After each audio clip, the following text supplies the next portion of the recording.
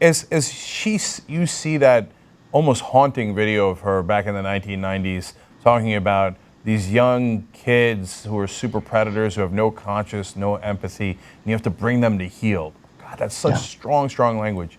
Yeah. You think that she's using that for political gain and to be able to turn to the white voters and say, you see that, don't worry. Like, we're on your side and we're going to get these guys under control, etc. But that she doesn't really mean it. She's just using that for political gain, which is loathsome in and of itself, and to further that framing and use those kind of words, etc. Or do you think she means it? And I don't know the answer to that question. Of course, it's her mind. It's unknowable in a sense, but I'm asking your opinion. Yeah. Well, I don't know. This is part of the difficulty with Hillary Clinton is I don't know what is for kind of political effect and what is sincere. And I'm not saying she's an insincere person. I'm just saying it's actually hard to know which. And I understand, people do things for different reasons. It, in some sense, almost doesn't matter because the effect is so clear and so powerful. When you have someone in the position of Hillary Clinton making statements like that, people, look, the studies are endless in terms of the fear of black men, right? The fear of young black men. I have an 8-year-old boy who is black and he's already very tall. Most folks think, and this again, there's research that shows this, that black boys are seen as 5 years older than they actually are. So my 8-year-old to many will look like a 13-year-old. When he's 13, he'll look 18. And people are scared of young black men. That kind of language coming from Hillary Clinton. It's one thing if you hear that from David Duke. Well, that's David Duke, right? It's one thing when you hear it from someone who's racist or, we can find another kinder term, let's say. But when you have the First Lady, when you have folks who are at the pinnacle of democratic politics strongly making those statements, the effect is devastating, right? It cements this idea that these are scary people. And, when you hear her talk, it seems like she's sincere. It seems like she's not, saying this because it's useful politically. But like you said, we don't know. What I would just say is that it almost doesn't matter, right? If she's willing to, and in some sense, it's kind of worse. If you're willing to use that kind of language, which will have the kind of effect that we're talking about, and you do it for, the building or maintaining of power, or to speak to certain voters to have them on your side, it's really deeply problematic and of concern. Yeah, when you talk about your 8-year-old son, it personalizes it in a way that I think other people might have trouble relating to if they're not in your situation, right? So, they'll claim the Superpredators could have been about white kids or black kids. They were talking about criminal kids overall. But we know the history of that kind of language, and that's not what was intended. It was clear what they were going for.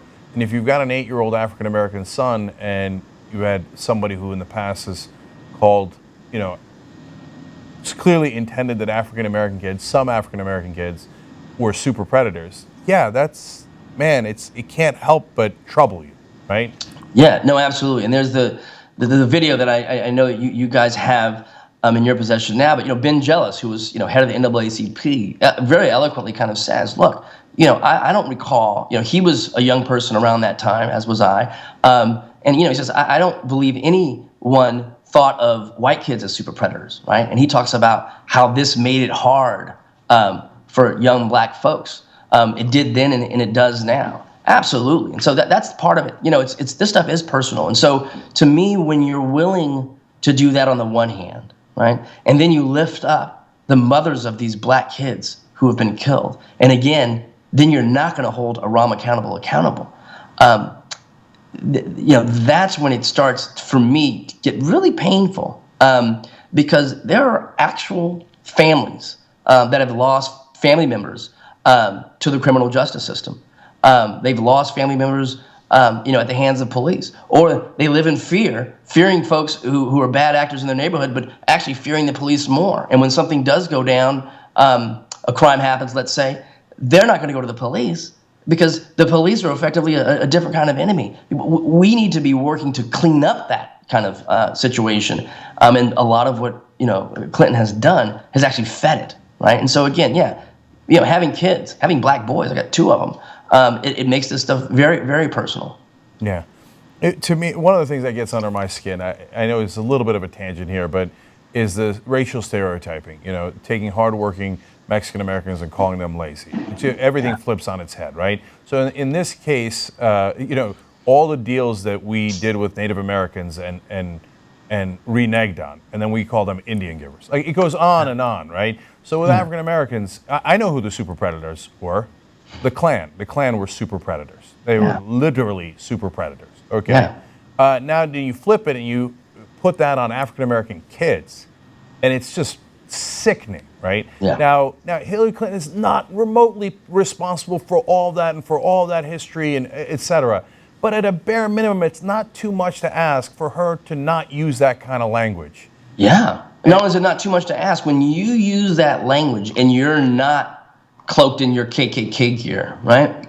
It takes on a very different meaning, right? And I think that's, you know, when white Americans see crazy, racist white people saying certain things, well, they can hold that in a certain way and say, you know, I see where that's coming from. That's them.